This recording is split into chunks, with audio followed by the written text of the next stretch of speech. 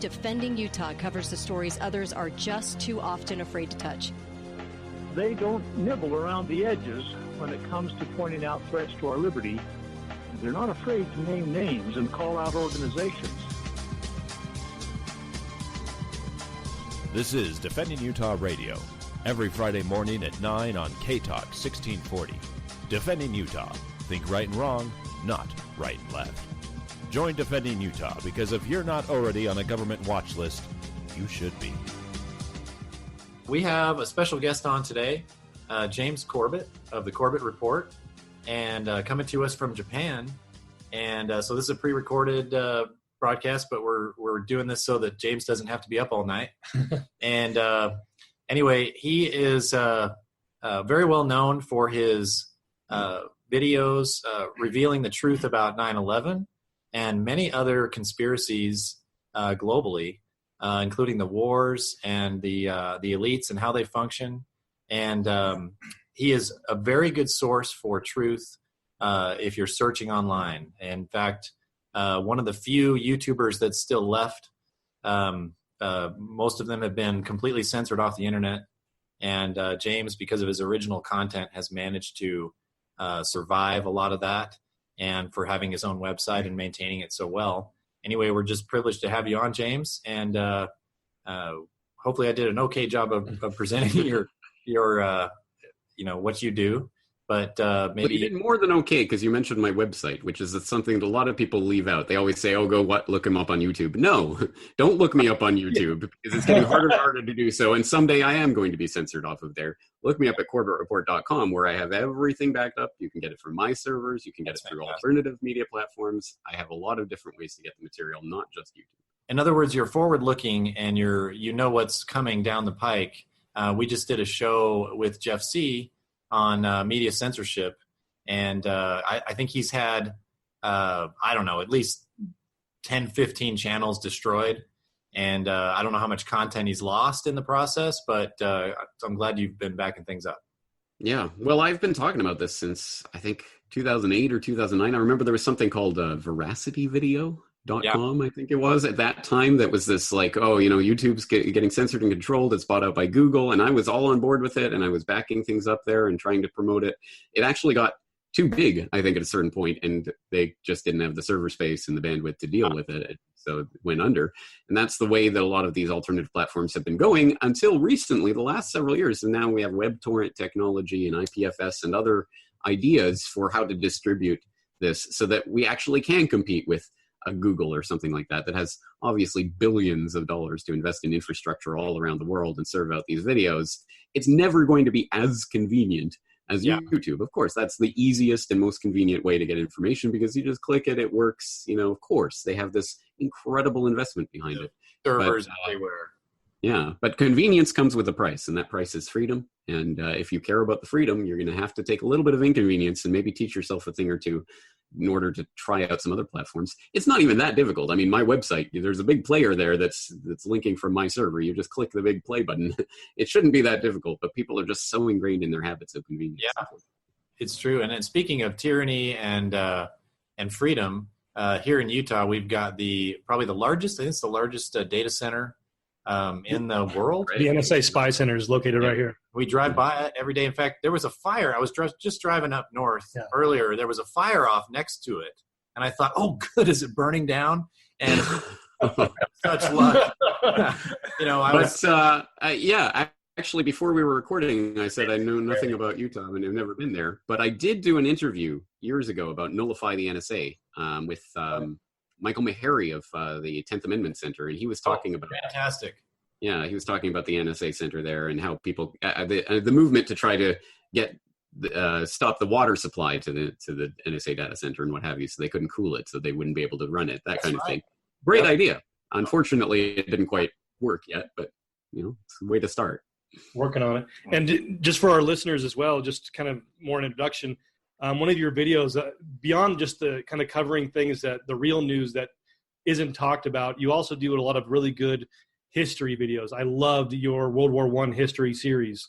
And that was something we actually passed out to all of the Defending Utah members, and I spread it out to my influence, because that was just, it's important.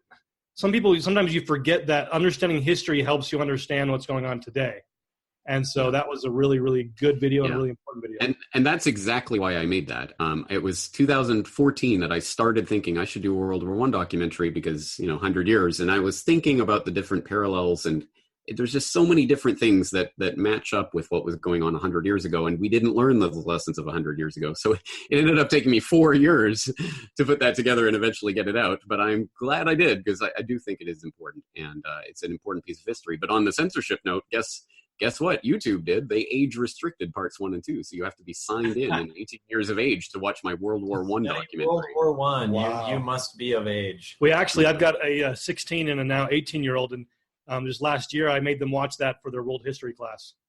Yeah. This is the nightmare scenario for certain people. Chris Hayes did a tweet of MSNBC. He did a tweet several months ago about, imagine you're a high school student and you're assigned a project on the Federal Reserve, and you type Federal Reserve into YouTube and you get this. And he posts a screenshot of my Federal Reserve documentary. You're like, oh no, think of the poor children. It's so kind of funny. But as he said at that time, if you type Federal Reserve into YouTube, I think it was either number 1 or number 2 search result. The next day after he made that tweet, you type Federal Reserve into YouTube, it's not there anymore. And then I get people saying, well, if you type in Century of Enslavement, History of the Federal Reserve by James Corbett, it's right there. That's not the point of this. The point is people are searching for Federal Reserve and trying to find information about that. I'd like them to see this information. Yeah, and of course, that's what they're going to clamp down on. The level of censorship is just off the charts. I mean, it used to be, and I did a lot of my waking up with YouTube. Of course, your 9/11 video was part of that, and along with a lot of other content out there. And it's just within the last 2 years, it seems like now, unless you're looking for CBS and NBC, you've got to go elsewhere. In a sense, we were in the golden age from about 2005 to about 2015, 16. And I knew that at the time. As I was experiencing that, I kept seeing how the TV land, the TV anchors and whatever would poo-poo and dismiss the internet and blah, blah, blah.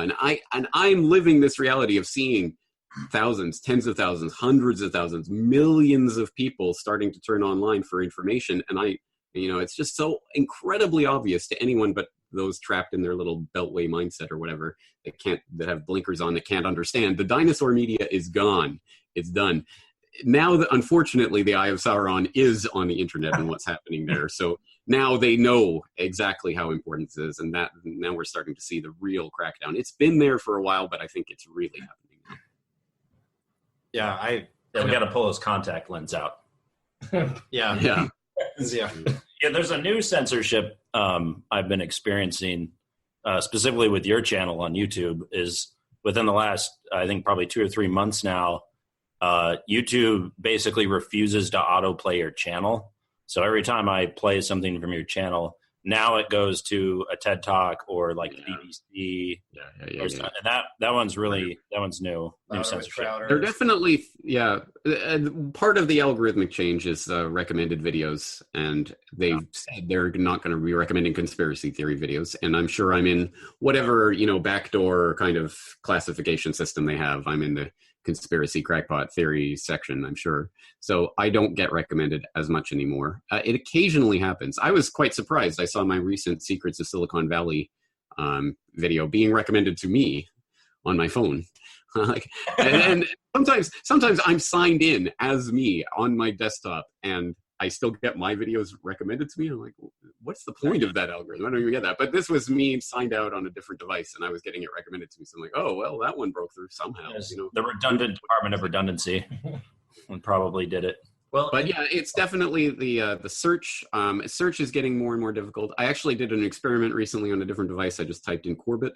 You'd think that would be pretty straightforward. I mean, there are other Corbetts. There was some Tom Corbett, the governor of Pennsylvania or something. There's some Corbett National Park in India. Yeah, who cares about that guy? Some stuff, right? Yeah. But so I'd expect a bit of that. But it was like literally, you got Corbett Report channel and Corbett Report Extras channel, but all of the video content, it was all either people interviewing me or reposting my stuff. None of the videos were from my channel. So again, they're doing this. It's starting. Well, and I have to say, if we ever get the chance to create our own news network, my nomination is for you to run it. When it comes to, I don't need another thing on my plate. yeah, and hopefully it can generate some money so you don't have to just do this for fun. But that's, I don't know. I consider you somewhat of a prophet in the media world of conspiracies and seeing what's coming and being able to tell what's on the horizon. But it's the robots, the rise of them. But I guess a good question for you, James, is how do you filter and find your sources? How do you find information? What sparks your interest and gets you going with the topics of the day? Are you an archive searcher? Like Ben has spent probably thousands of hours at very expansive libraries in person. What is your not enough. I'd like to be. You can never do enough, but well, yeah. I mean, again, there's nothing in the world I wouldn't want to know more about if I could just download it from the Matrix or whatever. But no, I don't do a lot of like archive and document deep dives, or at least not nearly enough or as much as I should. My role, essentially, I'm not the gumshoe investigative reporter that's digging skeletons out of closets. I am more of the guy that's kind of taking stuff that is out there and consolidating it and trying to piece it together in a way that'll make sense to people and tell a story so that they understand the information that's important. So I'm always trying to that's one of the reasons I always point back to source documents. Like, look, this is where this comes from. This is what you should be looking into and concentrating on. Don't take my word for it. Look like a lot of focus on the fundamentals. It seems like you're very good at taking the fundamental principles and then applying it to what's happening today. Yeah. Well, okay. So I think essentially I'm an academic that's not in academia. I got out of it, thankfully. I was on that track and I got my master's degree in Anglo-Irish literature in Dublin, and I could have gone down that path, and I would not have been a stellar academic by any means, but I could have made a career out of it, I'm sure. But I didn't. I could not think of anything more horrible than the idea of doing like 7 years on some PhD thesis on some extremely tiny little topic, and you know everything in the world about stories written about cyborgs in the 1940s or something, or whatever it is, like some ridiculous piece of trivia. I believe they were called automatons back then. I want you to do a video about that. Oh, you know your stuff. Yeah, very good. Yeah, no, because I say that because one of my TAs in one of my classes was doing a thesis on robots and automatons in literature in the 1930s. I was like, I'm sorry, Corbett. You're right. But there you go. So that's kind of anathema to me and who I am, and I never wanted to go down that road. So I never wanted to go down this road. I never thought I would be doing this kind of work, but it just kind of happened. I was getting all this information. I'm like, well, I got to get it out somehow. So what I do essentially is what I was doing back in my academic days is writing essays. I mean, essentially that's what I'm doing. Now they're in the form of podcasts or videos or articles, but they're essentially like essays. And you just take, you understand this from a certain perspective. So you take this piece of information, and go, hey, look, those pieces fit together. And look, this makes a story. And that's essentially what I do. So I would like to be the guy sitting there in the archives and digging out documents that no one's ever seen, but I tend to be more the guy that's synthesizing stuff that other people have researched. And that comes through something like the World War I conspiracy, where, I mean, you want to give props, give it to Doherty and McGregor, who wrote Hidden History of World War I. I mean, that's incredible, awesome research that they did. It's extremely thoroughly documented, several hundred pages. Actually put their two books together, it's over 1,000 pages. I mean, it's incredible. And then a guy like me comes along and takes and synthesizes that information into a sort of watchable, 90-minute documentary. And which is millions of people watch my documentary, and, maybe thousands of people read the book. It's kind of a travesty that way, but this is my role. This is what I do. But I think along those lines, something that we get asked a lot is, how do you know who to trust? Who do you go to for trustworthy news? And, because you're talking about synthesizing, but that means you got to filter through a whole lot of garbage before you get something that you can synthesize. And so what are some of the tools that you use, either mentally speaking or otherwise, to be able to filter through the garbage and narrow it down? Like, because how many books are there on World War I where most of them are just propaganda to promote, the globalist agenda? Yeah, that's a good point. Because as I did a follow-up, a Q&A about World War I after I released the documentary, where I went through a bunch of the books that I consulted. And yeah, I mean, like Hidden History of World War I or Lord Milner's Second War or those types of books. But then you have the very mainstreamy books, the Barbara Tuchmans and what have you, that, just repeating propaganda. And how do you discern the difference? Well, there are many ways that I can avoid this question. One of which is to say that any criteria that I give you for how to decide, what is good or bad information is something that you could be using yourself. And you should be using, for example, on me. Well, why would I trust what James is saying?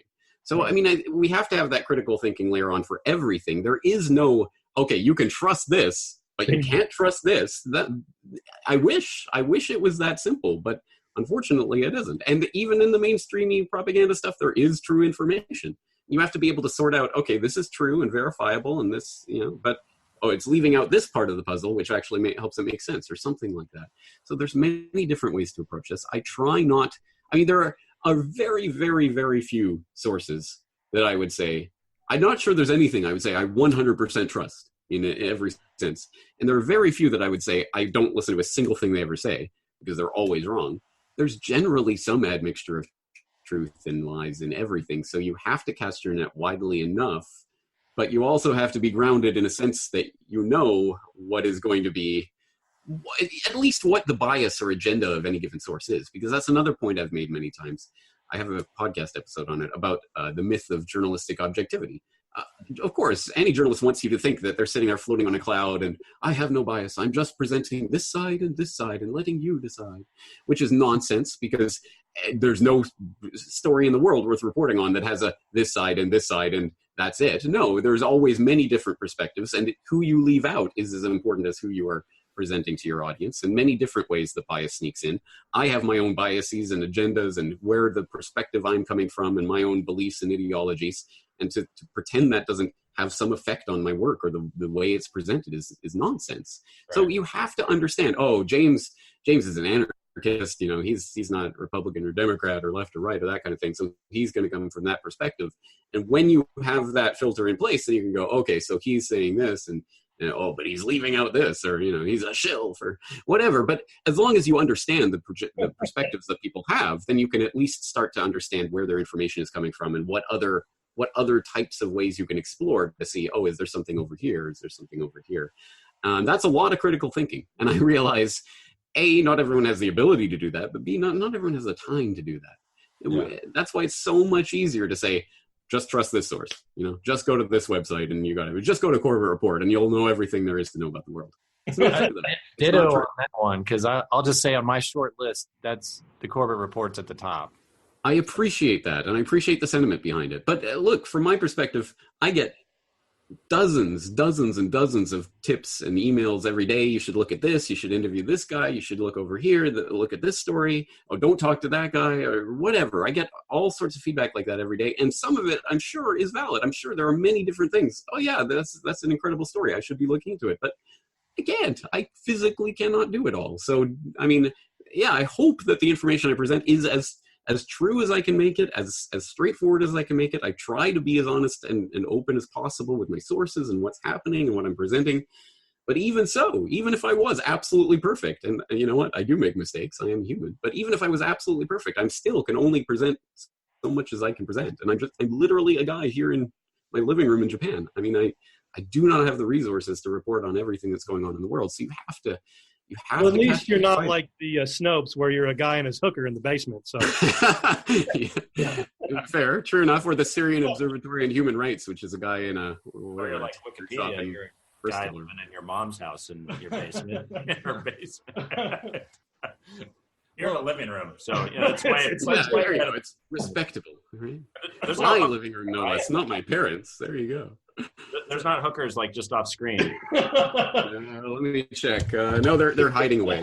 There's a guitar. Okay, good. All the people that can't see it, I just confirmed. No hookers. James Corbett has no hookers. No. I do have my daughter out there somewhere. Okay, good. And it's a good thing you're wearing headphones and we're talking about hookers. Yeah. I plan ahead. That's right. We're keeping it under wraps. So James, if you had to characterize where we are and where we are going as a society, maybe, and I'm also curious about America versus the world. Like, how is it different out there? Where would you put us? And then how do we win? I guess that's the I'm curious about your feedback on that. What's the question again? America versus the world, and how do we win? Where are we? Where are we going? Okay. You had to do a big picture summary of what's Well, happening yeah. in terms of the conspiracy. My big picture summary doesn't revolve around the nation state structure that we are handed, because I think that is a construct that is used as a tool in and of itself to get certain people thinking in certain directions. As an example, I will point people back to my World War I conspiracy documentary, where, of course, everyone in all sides of that conflict are motivated by king and country, or whatever the equivalent was at that time, that they're doing it for this reason, that they're being presented by their leaders, misleaders, psychopathic rulers, whatever. And this is what's happening. When in reality, of course, there's several layers above that in terms of manipulating both sides of the conflict and all of that. And I think that plays out time and time again throughout history. I think it is playing out today. So that, for example, it's the United States versus China in this trade war, and maybe it'll become a military war. But as I've talked about in my podcast at some length and many times, I think this is a manipulated conflict too, between people who are collaborating on both sides of that US-China divide and have been for decades laying the groundwork for China to become an economic competitor of the United States. Why would they do that, James? Is it David Rockefeller and people like that? Aren't they good, true blue Americans that want America to win, America first? No, they don't care at all about the United States of America. They do not subscribe. People at that level of this reality do not subscribe to the nation state system. They do not feel any more affinity to you than they do to a transnational elite on some other side of the border. I mean, obviously they care more about their transnational elite friends than they do about average guys in Utah or whatever. That's how this game works. I'm not saying that there isn't something to do with nationality and your culture and who you are and all of that. That's important. But I am saying that this is used as constructs to pit people against each other always for the benefit of people that are several rungs up the ladder, that are doing things that most people have no idea about. Well, like even Cecil Rhodes was talking about, how he wanted hegemony for British, the British Empire, but maybe that was just what he said publicly. Well, no, I think there was a genuineness to that ideology, but of course that brings with it so many different smuggles in so many different assumptions about, for example, what is the place of a Canada or an India or a South Africa or whatever it is in that system, and so what place do they have in that? And then there's also the question of America, which at a certain point in the development of that Cecil Rhodes Roundtable, they had to admit was one of the rising powers at that time in the turn of the 20th century. So Cecil Rhodes started talking about we need a parliament of the English-speaking peoples. It'll meet in Washington for 5 years, and then it'll meet in London for 5 years, kind of thing. And how will we merge these into some sort of supranational ruling oligarch of the world kind of thing? And I think there was a genuineness to that. I think that he really did aspire to that. But of course, again, it's not for the benefit of the average coal miner in Newcastle. My family roots go back to Newcastle, and the coal miners there. Obviously, they weren't going to benefit from this glorious British Empire that Cecil Rhodes was constructing. It was for his business associates like the Rothschilds and the international bankers and the people who really run the system. And that's what it's about. But yeah, I think he really did adhere to those beliefs. But it's the question of what do those beliefs contain? And newsflash, it doesn't contain, I love each and every one of you because you happen to they're the live in the same geographical region as me or something. They're the inter-party members, and they're gonna win no matter what. That's their But people do it is an effective propaganda construct, because then people can be rallied around to support the people who don't give 2 cents worth about them. I don't care about you, but hey, we're all on the same team, right? Because look, I'll wrap myself in the flag, and therefore you have to support what I'm doing. That's an important aspect I think people forget about is, yes, they're trying to build a global government, but I don't know if you've read this issue of Foreign Affairs. This is from the March, April of this year. Foreign Affairs talking about the new nationalism, and it's all about how they have to promote this nationalism and how that they are using that to be able to pit people against each other. Yeah, interesting. I will have to read that. I'll read that because I wrote an article a few years ago for the International Forecaster called "How to Really Defeat Globalism." It was part of a series I was writing, talking about North American Union and things like that, and the problem, the danger of globalism and global government, and why it should be opposed. But then my point is that, so it seems like, okay, we got to go against globalism, so we got to be nationalists. Right. My point is saying, no, you don't understand the broader perspective here. Globalism is kind of this ideology that everyone can be put in this incredibly broad collective, and we'll all be lumped in together, and we'll all worship the United Nations or whatever it is, sing our allegiance to God, Emperor Obama, or whoever gets appointed, right? Yeah, nonsense, and it should be laughed at. But what is the real alternative to that? Oh, okay, so no, we won't have this global collective. We'll have a national collective. And it won't be the UN flag. It'll be the US flag. And everyone will pledge their allegiance to whoever happens to be residing in the Oval Office. And that will be the way. Well, it's the same game. Nationalism is a stepping stone on the stage towards regionalism. It's a stepping stone on the way towards globalism. They're playing Risk with us, basically.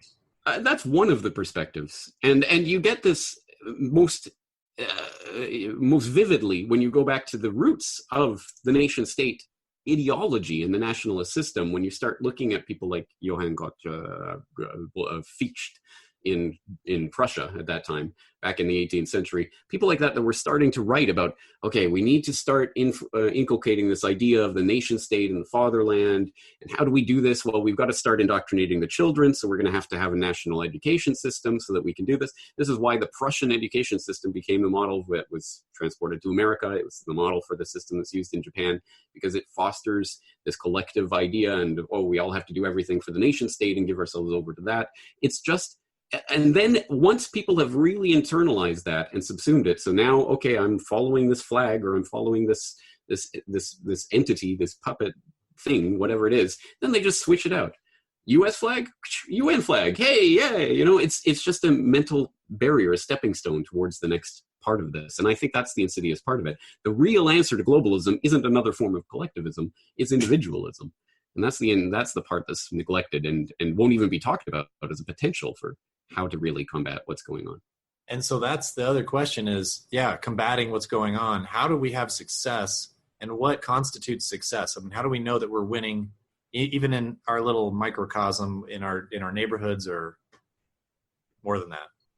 Well, I know this is an answer that isn't going to satisfy everyone, because it's not tangible. You can't reach out and touch it. The easy way is to say, next time that you get an election, just go and vote harder and vote the right person in, and then everything will be better. Nonsense, of course. But then what is the real alternative?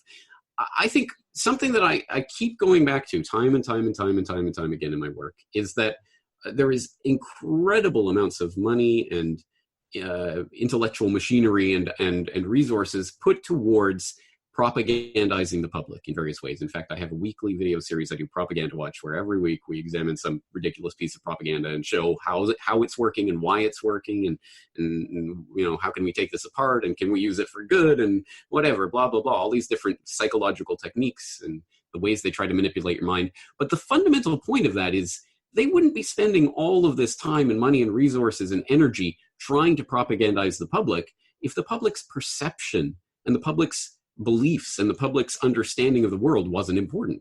It is important what's going on between your ears. That is the ultimate important thing. The information war, the battle for people's minds, is the most important thing that is going on, because clearly the people still have the power. There's still billions of people who more or less are regular people trying to get by, don't want to start wars and kill people, and aren't crazy, just trying to get by.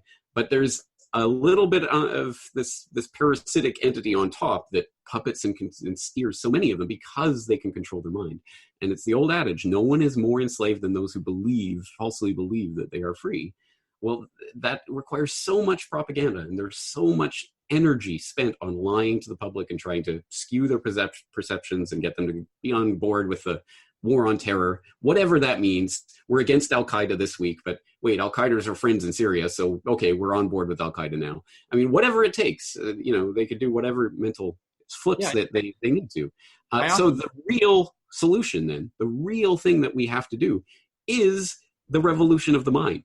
is to get people to understand, to see and understand this alternative perspective, and to realize that the kind of the political battles that are presented to us are false dialogues. They're false dialectics between one controlled position and another controlled position. And no matter what way that smashes out, it's going to be bad. It's going to go in the direction that the people who want to take control of the situation is. There are completely other directions we could go.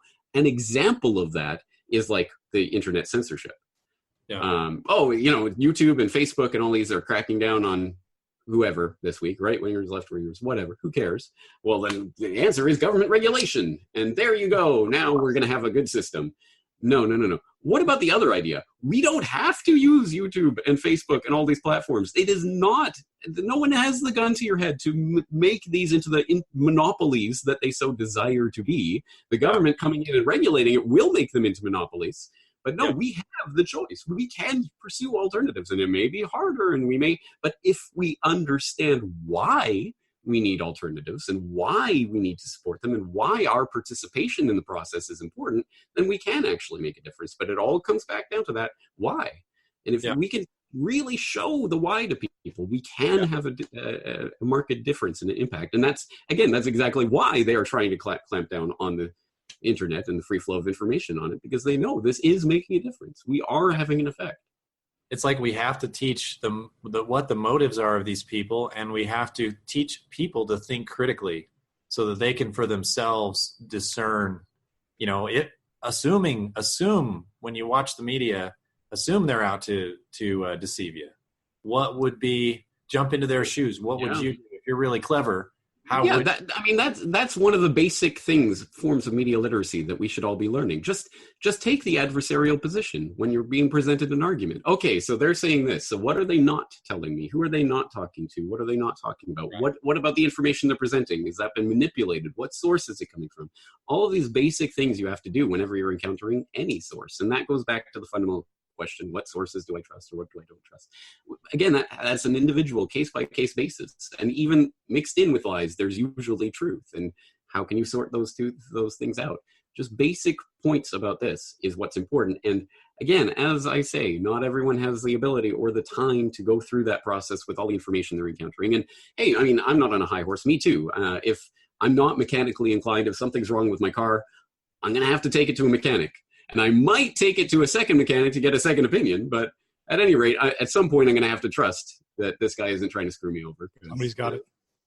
So we all have to delegate some of our authority at certain times to different people, and we all have to have some sort of system in place for, how much can I trust this, and is this guy trying to screw me over? And, sometimes you might get screwed over, but at any rate, you put that into your engine and calculate that again. So next time, hopefully you'll be better prepared. These are the types of things we all have to be doing constantly all the time, and it is work. This is the thing that no one wants to hear. This is why it's not a satisfying answer. Right. There is no basic, easy switch. Flip it, and now you trust this or that. No, you have to work constantly. It is an uphill battle, and most people aren't going to do that if there is an easy, convenient way for them to go. Which is one reason why we should be building easy and convenient alternatives. There's no reason why BitTorrent or whatever has to be so complicated that the average person can't use it. We have to take some of those basic design features that YouTube and whatever else are so good at doing and try to build them into the alternatives. And that's for everything else. The alternative currency systems and whatever else we come up with there has to be easy on-ramps for people, because that's just human nature. So this is one of the things I think leading up to that is what I like about what your program does is it doesn't focus on you try to ignore, it seems like, what the mainstream media is talking about, because usually what the mainstream media is talking about is propaganda and designed to get you to not look at what really should be looked at. And so what's interesting is there's something that the media was ignoring that just happened to become mainstream news now, like connected to the Pizzagate and the Epstein and all the sex trafficking. They were ignoring it, calling it, poo-pooing it, saying it was a conspiracy theory. But now it's mainstream news. They've arrested him, and now it's a big deal. Why do you think they made that shift? What's going on there, do you think?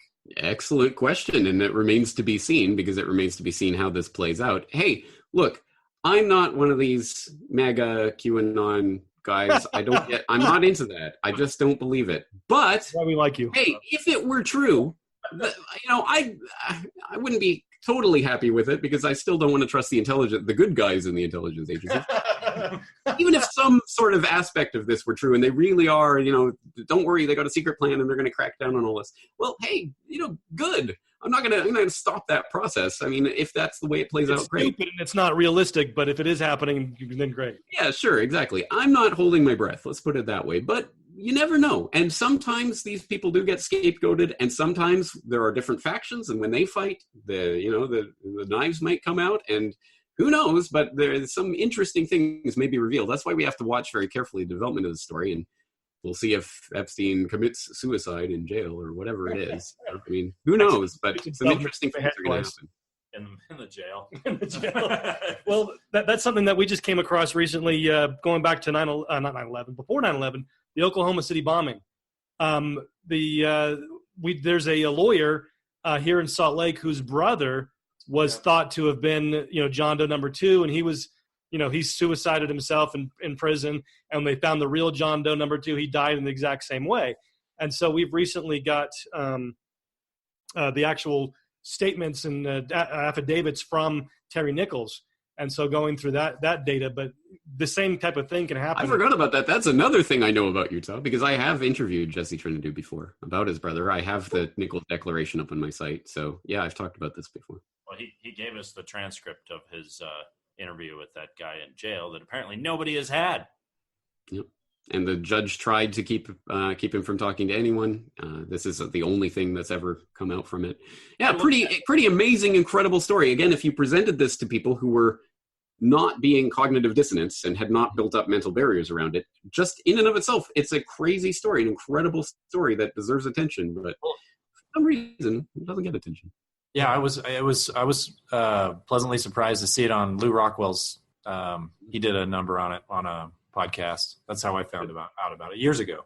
So before we let you go, I know we're running out of time on our side as well. Something else we want to let you know about Utah that maybe you haven't known before is we know about Skull and Bones at Yale, but what I think most people don't realize is there's a second Skull and Bones chapter that we recently discovered, and it's at the University of Utah. I had no idea about that. And there's been a lot of major players, political leaders, of course. It was started by a Yale alumni in 1919, came out to Utah and started at the university here. Mm. And so we've been able to find a lot of it. Is it called Skull and Bones? It's called Skull and Bones, yeah. Okay, interesting. Because I know there are a lot of those types of things all around the U.S. University system. True Stream Media had a great video up about that about a year or two ago. I can't remember the name of it, something about secret societies. And they went through all these different secret societies at many different universities all around the U.S. I don't know if that Utah Skull and Bones was in there, but if not, I'd definitely like to check it out. Yeah. It's so have we. We haven't been able to find too much about it, but have we? That was 1919? Trying to find their tomb. So we can go and spray paint it. That was 1919, you said? Correct, yeah. And do you know the name of the Yale that came out and started it? I haven't been able to find out who that was. I've just gotten some of the documents written by the Skull and Bones people here in Utah, and they haven't, at least that I've found, they didn't name them. They just said Skull and Bones alumni from Yale came out and started it. It probably wasn't Prescott, but might have been. Doubt it was a Bush. So I wanted to ask, I know every once in a while you do make mention of natural law in your show. Mm-hmm. But I just wanted to hear you talk about it for a couple of minutes of if you prescribe to it, how you do it, what is your, in my study of natural law is really a religious one. And I was just curious what your study of natural law, what its perspective comes from. And if you could just tell me that a little bit. Right. Well, my caveat would be that I haven't done a lot of legal scholarship research or anything. So I don't have a well-formed philosophy or well-informed history of it. But it seems to me quite apparent that our conception of law as being something that is gavelled down by a judge or something that is legislated, even worse, legislated, let's write a law and now it is the law. That there's something fundamentally so jarringly wrong about that we have so internalized that we don't even think about it. It's like, oh, they passed a new law today and now it's illegal to do this. Really? Well, why? Like, does something change in the universe now? The moral fabric of the universe has changed. No, of course not. Now it's just this group of people have decided for the rest of the. So it seems to me there has to be something more at base. And the obvious thing to say is, well, there is some form of natural law, and I don't care what religious belief you subscribe to or don't subscribe to. We all, as human beings, we know this intuitively, unless you're psychopathic. Perhaps it is truly different if you don't perceive a moral element to the universe. I mean, there is some sort of moral fabric or dimension or whatever it is that I think we are attuned to go out and to aggressively kill someone, to steal the resources or whatever. We all know that is wrong, again, unless you're a psychopath. So that is in tune with natural law, whatever that is and wherever it comes from. But whatever they passed in, whatever new bylaw they passed in, Salt Lake City Council yesterday, is that in tune with natural law? No, of course not. It's something to do with. That doesn't mean that it doesn't have any value. Of course, in any community, in any society, you're going to have to decide on boundaries and different things and negotiating different situations. And so I understand common law and how it develops over time because, we understand in this community that if you do this, then there's this consequence. I get that, and that makes sense to me, but it still has to boil down to something, and there has to be some underlying basis to it. Just south of Salt Lake recently, just a couple of weeks ago, this lady was charged with a misdemeanor because her cat was lying on her lawn. And so, I mean, this kind of, but like you say, of course that doesn't go along with natural law. And that's just stupid. But it can also be insidious. It's like you can be charged in numerous municipalities around the United States for trying to feed the homeless. What kind of, that infuriates me in every possible way, in every sense. Yeah. Who could presume to have the authority to legislate against something like that, and why? It's just mind-boggling, and it's disgusting. But again, there are so many issues where they kind of, you can be bamboozled by the sort of legislative side of it, or what some judge said, or the Supreme Court ruled this. But when you boil it down to natural law, it makes no sense. Because you played a D sus2 and a C add 9 and a G, and now if I take my fingers and I try to do that on my guitar, no, because there's a copyright, and I have a copyright on that, so you can't use your fingers to make those magic sounds or make those magic notes with your mouth hole. That's against the law. Yeah. What law? And what possible way could that arise in a natural law system? It cannot. You cannot own ideas. That's one of those things where you look at it from that perspective, it takes on a whole different light than all this legislative nonsense that's piled up on top of it and that we've been indoctrinated into. So, James, you would be a subscriber then of the non-aggression principle? Yes, I would, very heartily so. It's the only thing that makes moral sense to me. Again, anyone who's trying to argue for anything else is just saying implicitly, I agree that we can use violence to get what we want, in this case, when it suits my purposes. I gotta tell you one thing. And then we gotta go. One thing before I let you go. So, like last year, you guys on New World Next Week talked about that nurse in Salt Lake City that got arrested for not basically. Yep. DNA I vaguely recall it. Yep. Yeah, and I just want to let you know, my first response to that story was, we made New World Next Week. You're so proud that Utah would do that. And when that happened, I thought, wouldn't it be wonderful if I could tell Corbett that ridiculous story? And here I am, like a year later. True. But here's my counter question to you. So what happened? What's the updates on that? Basically, I guess a little hell went through, and then nothing happened to her. She won a settlement. She won a settlement. Like $600,000 or something. So the state made a mess, and we paid for it. It was fantastic. Yeah, exactly. Yeah, that's the justice. Yeah. My favorite. Yeah, pretend legislation at its finest. Just all around. James, we're really grateful to have some of your time, and we're going to give a hearty shout out to you on the radio for your Patreon and your channel and your website. So we do play your segments randomly. On the we do. Radio sometimes. You've been on our radio show. Awesome. Awesome. Well, that's what it's for. Keep spreading it. Thank you. CorbettReport.com. And you can find them also on YouTube at Corbett Report. And but don't watch it there. Watch it at CorbettReport.com. yeah, there you go. There you go.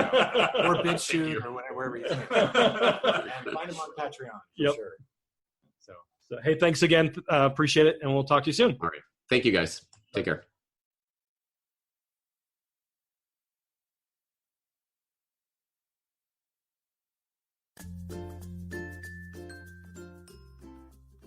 This Defending Utah presentation brought to you in part by Anderson Accounting, andersonaccounting.com, Trust Plumbing, 801-808-5470, Higher Calling Firearms, highercallingfirearms.com, Pioneer Family Scholars, Black Lotus Web Dev, blacklotuswebdev.com, American Appliance at 801-254-2566, Shem Financial Services, 801-856-6151, and the law offices of Garrett T. Smith, 801-477-1570, and Kangen Water at championsneverquit.biz.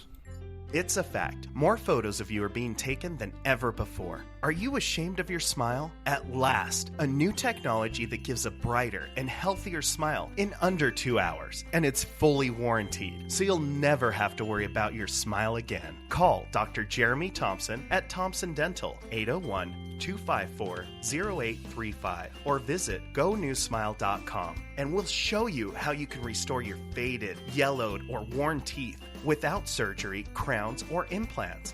And it's backed by a 30-day, 100% satisfaction money-back guarantee. This scientific breakthrough will painlessly transform your appearance in one visit. The smile you've been waiting for will never cost less or look brighter than it will today. Call 801-254-0835 or visit GoNewSmile.com. That's GONU smile.com to revitalize your smile. New smile. It looks good on you.